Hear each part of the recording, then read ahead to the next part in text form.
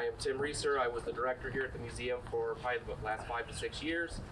And I am excited to announce a partnership that the city has formed with the Fort Wayne Historical Society for the Mohawk that sits right behind us. For those of you that don't know, this locomotive was erected in 1940 by the American Locomotives Company out of Schenectady, New York. It was delivered to Elkhart in October of that year, where it ran for the 17 years before its retirement to Dallas, Texas in 1957.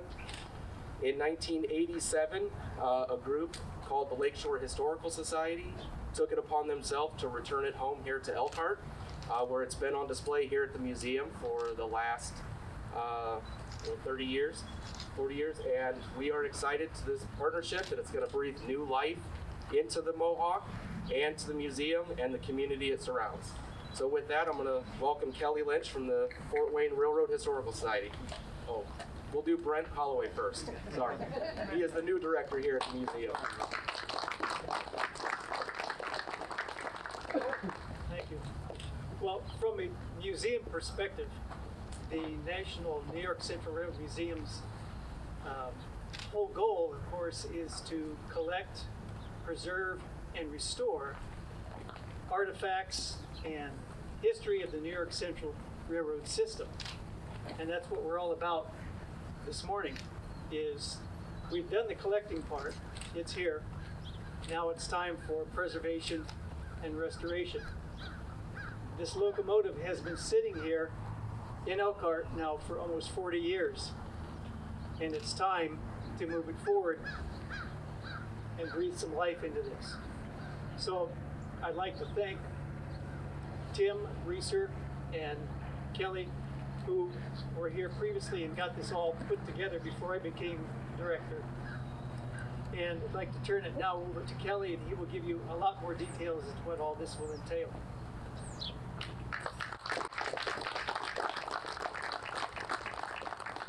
Thank you very much, Brent. Can you imagine showing up for your first day of work and this is the news that you get from your boss at the city? All right, well, good morning. I'm Kelly Lynch. I'm the executive director for the Fort Wayne Railroad Historical Society. My grandfather was a roundhouse foreman for the New York Central and the Indiana Harbor Belt in the Chicagoland area. And my dad's memories of visiting him at the roundhouse were so indelible that he passed those memories on to me when I was a child. So being here at the museum is a very special experience for me. On behalf of the Fort Wayne Railroad, I want to say thank you to the City of Elkhart and to the city's staff, the National New York Central Museum, as well as to the Museum of the American Railroad in Texas, for the reason that we're gathered here today. I'd also like to thank our corporate partners at Norfolk Southern, who we might hear from at some point during this press conference because we are next to one of their busiest main lines. I'd like to also thank our corporate partners at CSX, Progress Rail, and the Indiana Northeastern Railroad, whose assistance in our mission of preserving and making railroad history would not be possible without their help.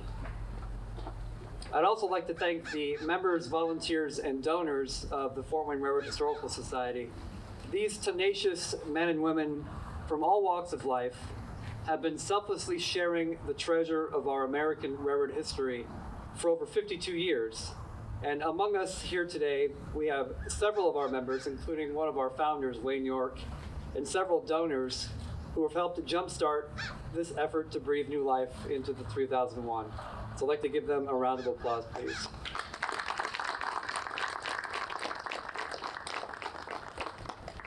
So just an hour and a half away in Northeast Indiana, we have had the extraordinary opportunity to partner with the Indiana Northeastern Railroad Company to create the Indiana Rail Experience. Since 2022, and over the course of just a handful of days a year, this rail tourism experience has welcomed over 30,000 people to the region and had an economic impact of over $3 million on Indiana's economy.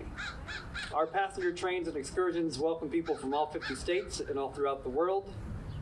And aboard our trains, lifelong memories are made, connections are forged, generations are impacted, and we have seen the incredible impact and magnetism that a steam locomotive can have. As we've been operating our very own locomotive nickel plate road number 765, since 1979. Much of the railroad that we operate on today is former New York Central territory. We have recently acquired 7 former New York Central passenger cars, and we are partway through the restoration of a former New York Central Railroad station in Pleasant Lake, Indiana. And now a pause for Norfolk Southern. That's the local.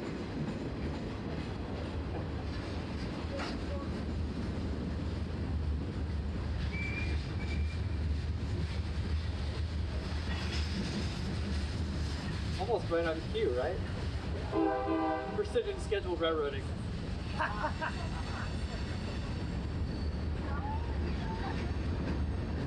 We are well on our way to curating a remarkable living history experience that recreates the golden era of American railroading just as it was 70 years ago. Naturally, the question has arisen, what if we could bring a New York Central locomotive into the mix as well? For generations, the railroad was not just an essential way of life, it was an indelible part of our culture. Amid the golden era of this industry, the railroads and their iron horses exemplified shared destinations, a sense of community, and common purpose. The mission of the Fort Wayne Railroad is to create an immersive, educational, and enriching linear heritage experience through the preservation, operation, and exhibition of historically significant railroad attractions. These attractions celebrate, showcase, and recreate this golden era. We've been extremely fortunate that since 2022, we've been able to raise over $2 million to fund various programs and projects to help these efforts flourish. We believe this partnership with the National New York Central Railroad Museum is a natural extension of this mission. Today we are launching the American Locomotive Project. This effort envisions bringing New York Central Steam Locomotive number 3001 back to life to become a part of our offerings. But this is not a simple or straightforward process. The cost to restore 3001 is estimated at $4.3 million. To jumpstart this effort, we are issuing a challenge grant of $100,000 today and setting our first fundraising deadline of $500,000 by May of 2025. We believe that this project warrants considerable interest, but this effort must meet these milestones in order to proceed. You can learn more and donate to this effort later today at americanloco.org. Here, you can learn about the vision, review our plans, our restoration budget, subscribe to our mailing list, make a pledge, and also review what will be very frequently asked questions. More will be added to this site as the project progresses. In addition to this effort, we are also working with the museum here to develop a strategic plan that will aim to improve the overall condition of the outdoor displays and position the museum to be an anchor for neighborhood development. Additional pieces may become available for the rail preservation community to look after in the future. This project is unique in so much as we have a venue to operate the locomotive at, a growing train set to pull behind it, and a track record of accomplishments and capabilities to execute. But we cannot do it alone. It takes a village to restore, operate, and maintain a steam locomotive. If this news excites you, turn that excitement into action. This project cannot happen by likes on social media alone. It is not enough to just comment and subscribe. We need donations, contributions, champions, large and small, one-time and recurring. I agree, Norfolk Southern. We will need volunteers both in the shop and aboard our passenger trains. We will pause again for America's Railroad, the Thoroughbred.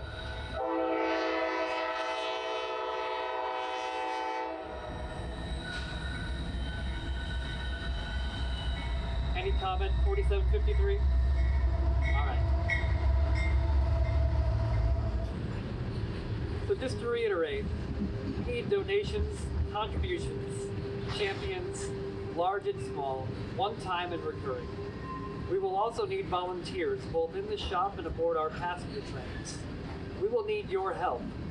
The faster that help comes, the sooner this locomotive can see new life again. this is not just a project for the fans of this railroad or steam train lovers. It is not just for history buffs or train riders. 3001 was once the pride of the New York Central Railroad and the pride of the American Locomotive Company.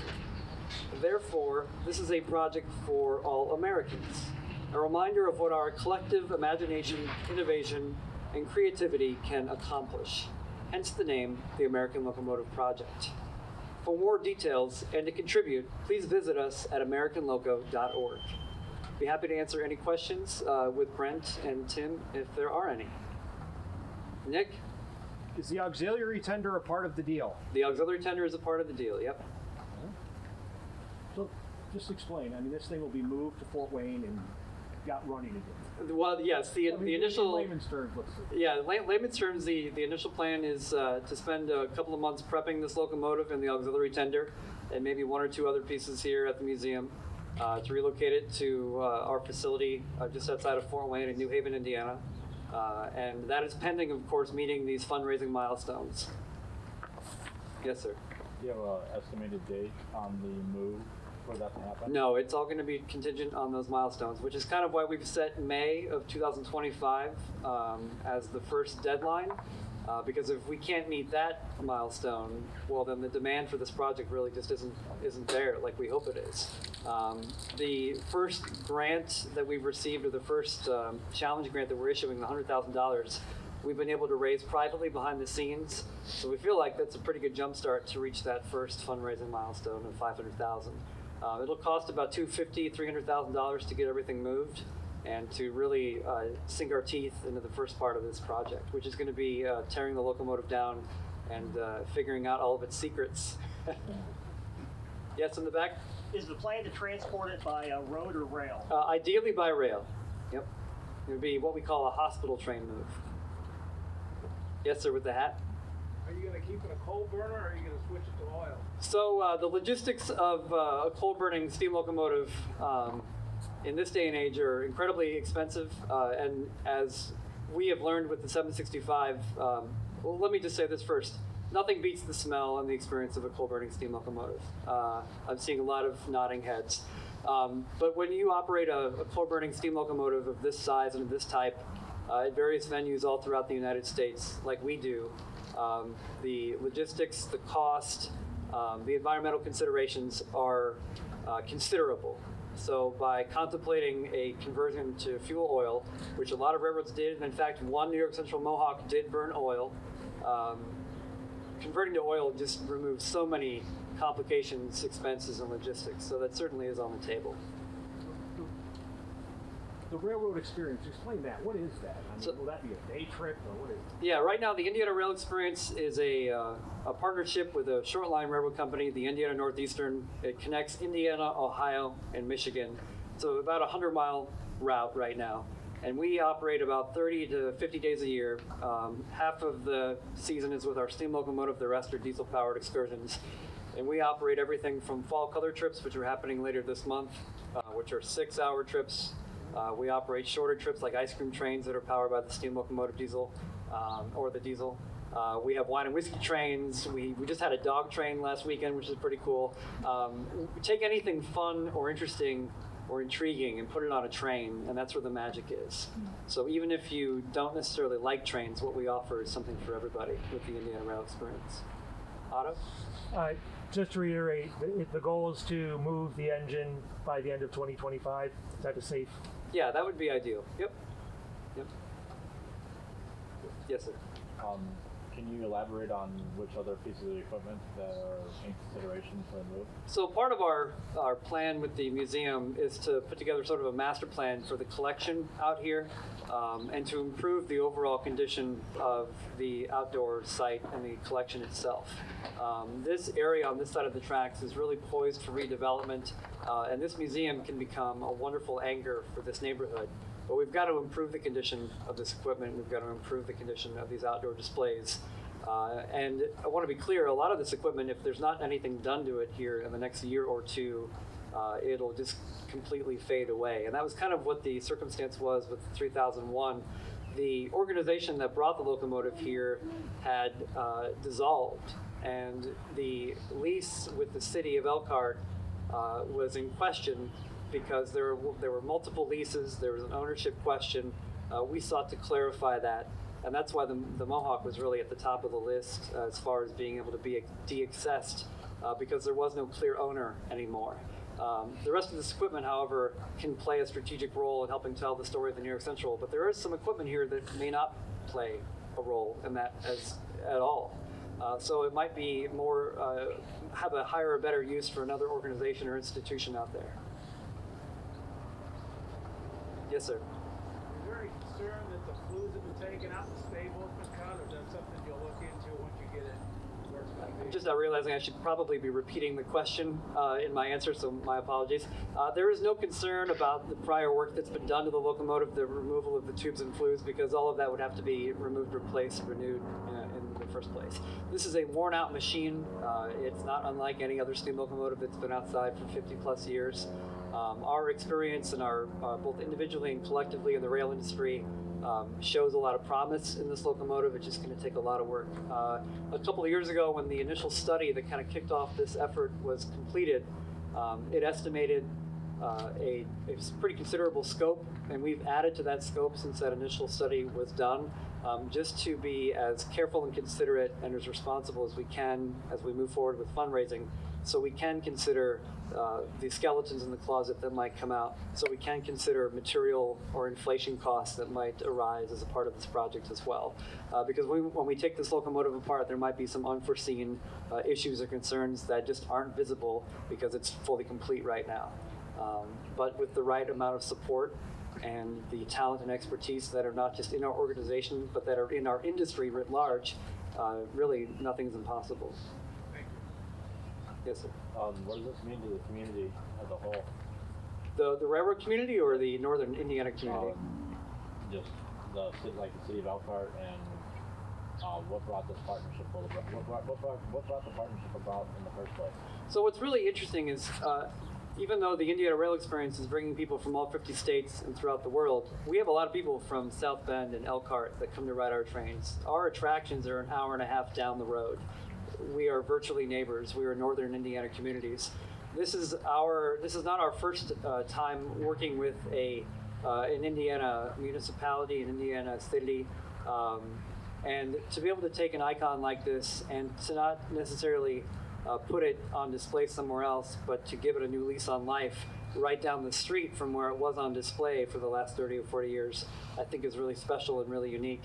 A lot of the times when a piece of equipment like this goes away, it goes far, far away from where it once was, but this is literally, it's a neighboring community, and this is going to be an asset for northern Indiana as far as tourism goes. The fact that the New York Central was such a mammoth presence in not just this state, but in this side of the country, this was a railroad that touched so many people, so many communities, and this locomotive is sort of one of the last remaining icons of that railroad. So I think it'll be pretty special. We joke all the time that the 765, our locomotive right now, is like a 400-ton Taylor Swift.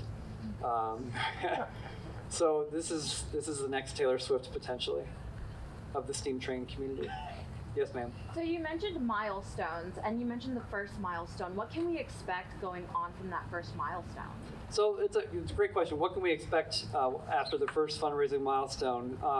Right now on our website, there is a opportunity to pledge, and we understand that not a lot of people have the ability to donate right now and today, especially with so many important causes, especially with the hurricanes occurring right now and the flooding damage in the South. There are so many other causes that are important. We're not curing cancer by operating these steam trains, but we are contributing to the quality of life that people enjoy.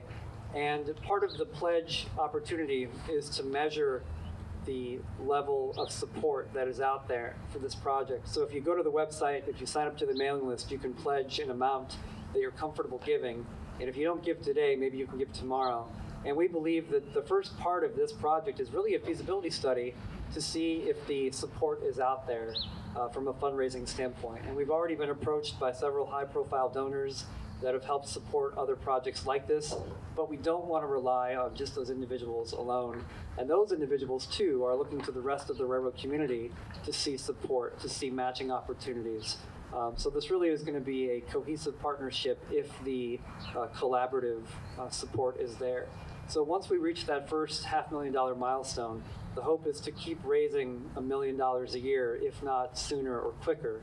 All it takes is one or two champions with one or two significant gifts to cut the timeline for this restoration in half. If we had all $4 million in hand, a 2-year timeline I think is pretty aggressive, but very possible.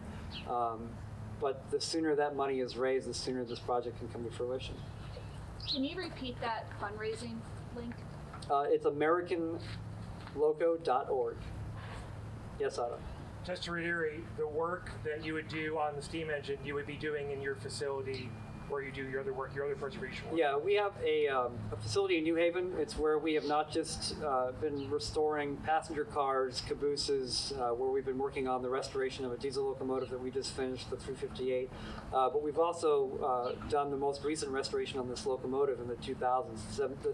Our 765. We completed that restoration in the 2000s there in that building. And that was before we had a cement floor even in that facility. So it's really come a long way.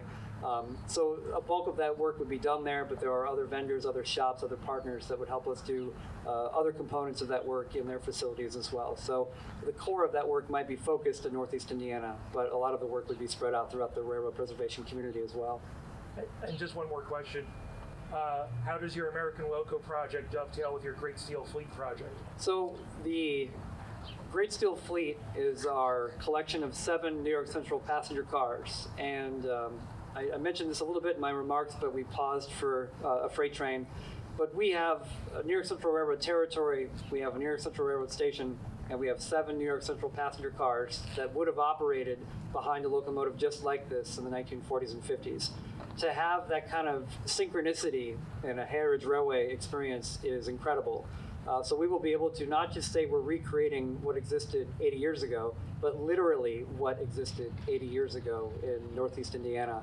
So you will be able to get on board a New York Central passenger train at a New York Central depot, pulled behind a New York Central steam locomotive, which is pretty incredible. So when we talk about a linear heritage experience, a curated experience, that's really what we mean.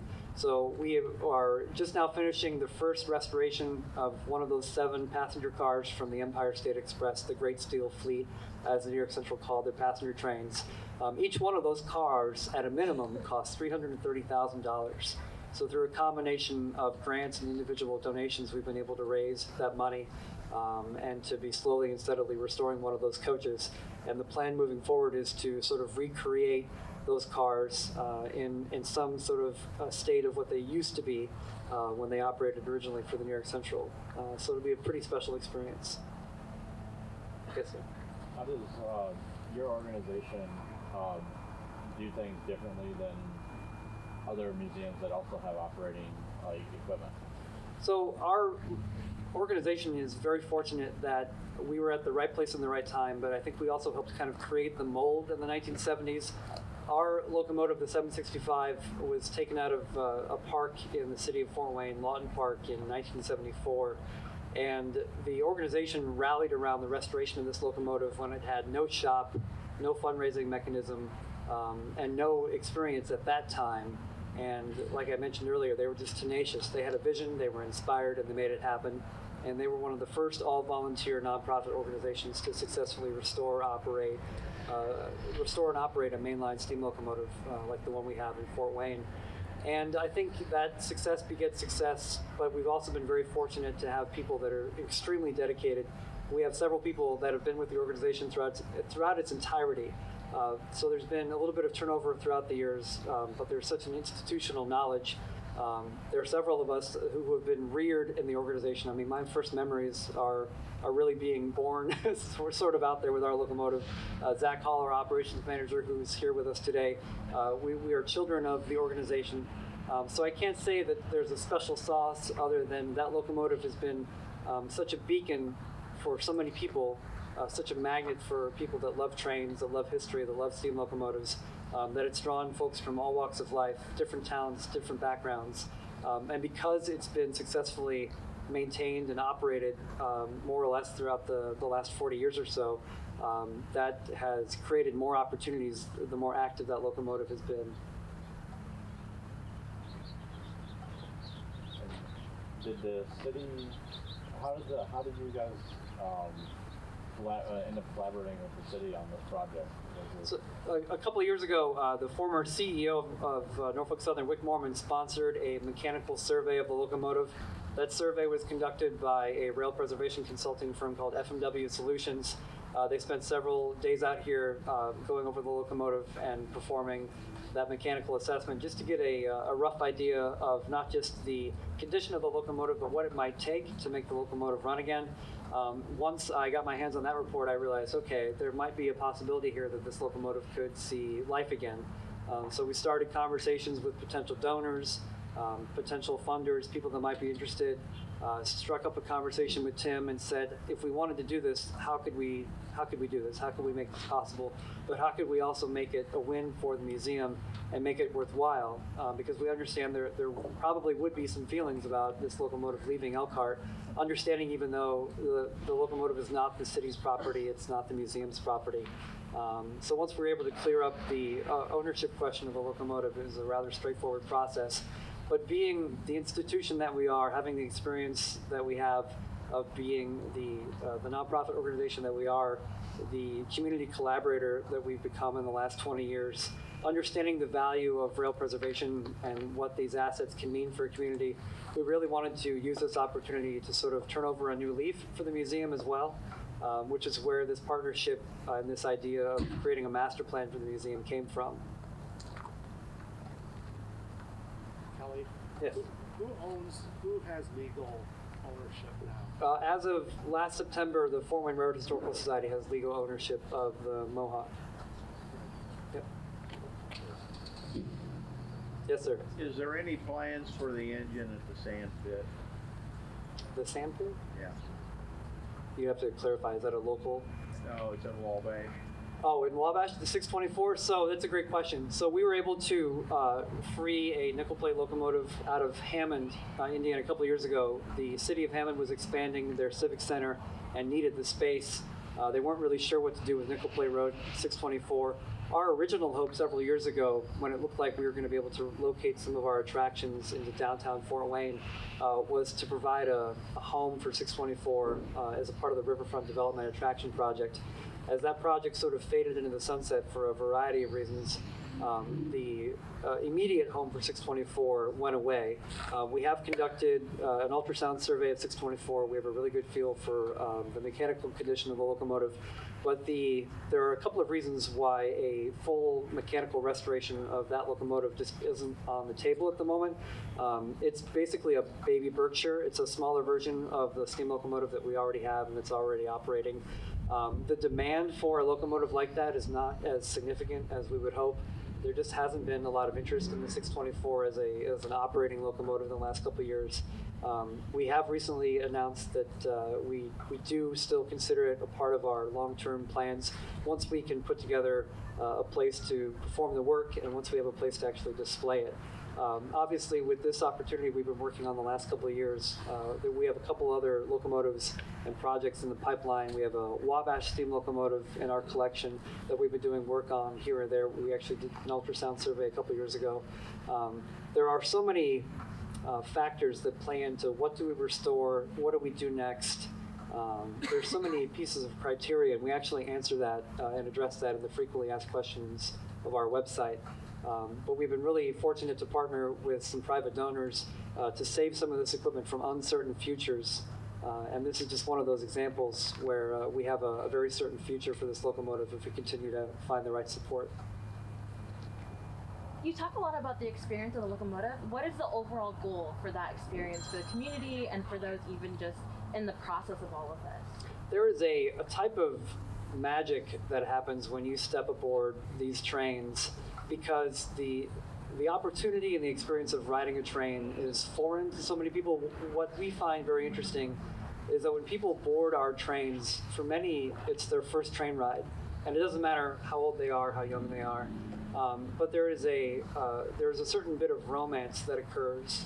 And there is an opportunity for people to kick back and to just appreciate life for a while. There's no rush, there's no deadline, there's no homework, there's no boss.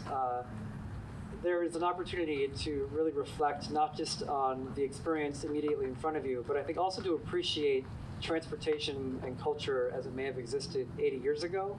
And one of the things that we often reiterate is to remind people of the transportation apparatus that existed in this country 80 years ago, and to remind people that high-speed rail existed once upon a time. I mean, this Mohawk could do 70, 80 miles an hour. High-speed rail existed in Northeast Indiana. Passenger trains went 120 miles an hour on the Pennsylvania Railroad.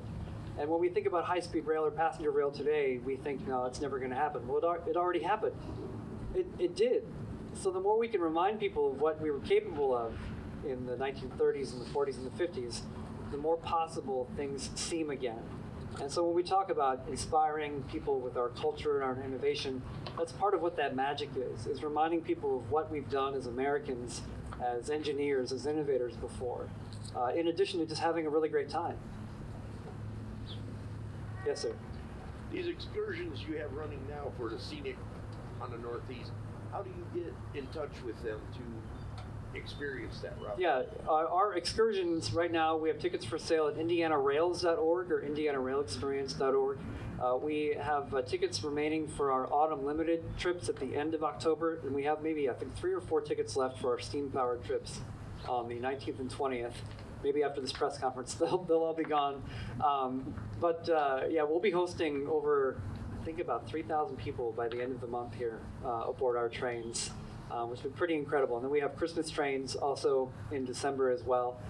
We have a significant mailing list, about 32,000 people that are just there for the Indiana Rail Experience, and then over 90,000 people that are signed up to ride behind the 765 or wherever it might go. So we're really looking to those mailing lists for support for a project like this too, so we can't wait to tell the rest of the world that this project exists and this might be an attraction that they can ride behind in the future. But we typically operate May through October with the steam locomotive, and then into December with our diesel trains, our Indiana Christmas train. And then there are other venues throughout the country that we periodically operate to as well, like the Cuyahoga Valley in Cleveland, Ohio as well. Thank you. Yep. One more. How many of these are still in existence? Is this the only one? There are 2 Mohawks, but this is the only L3, which is getting a little bit train nerdy, if you will. The New York Central had so many iconic mainline large steam locomotives, but these are the only 2 big ones. The other one's in St. Louis. There are other smaller switch engines or branch line engines that exist, but this is it. This is the closest we can get to the nexus of, to the zenith of the major steam power in the New York Central. And the New York Central's locomotives were, you know, we throw around the word iconic, but these literally were icons of the Art Deco age. And this is what remains. So it's very important to give these not just a good home, but a new future. Yes, Nick? Why is it called a Mohawk? It's named after a tributary of the Hudson River. The engine wheel type is called the Mountain, but because the New York Central commonly operated along the water level route, they didn't want to call it the Mountain because there weren't much mountains on that route. So they named it after one of the rivers. Yeah. Yes, sir.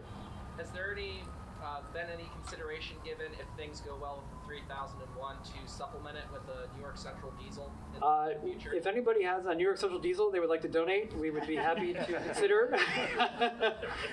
We are aware of a couple locomotives out there, diesel locomotives from the New York Central, that are available. They have significant price tags to restore, $250,000 for an E8 here or there. It would be cool to include one of those as a part of this project to complement it. We just finished restoring a 1957 nickel plate road SD9 diesel locomotive we're extremely proud of. We partnered with Progress Rail in Muncie to finish the paint job on this beautiful, beautiful machine. So on the nickel plate road side, we have the Alpha and the Omega. We have 2 really beautiful icons of the nickel plate, both steam and diesel. So yes, it would be cool to have that from the New York Central as well. But we're trying not to bite off more than we can chew. We've got a station, we've got a passenger train, we've got a Mohawk. So, but yes, if you're feeling inspired out there, E8 owners, or better yet, F-unit owners. Tim, Brent, you want to say any final words, gentlemen?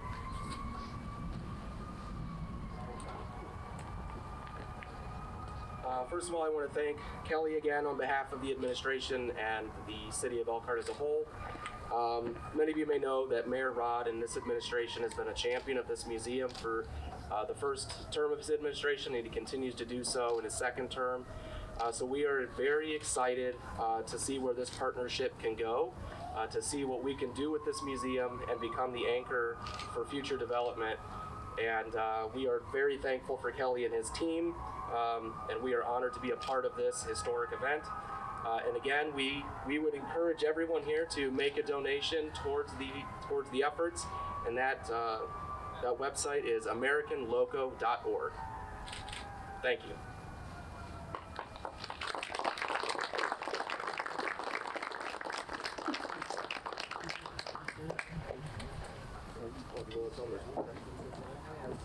Their Rise and Roll donuts and lemonade are available inside the museum. The most important part of the press conference.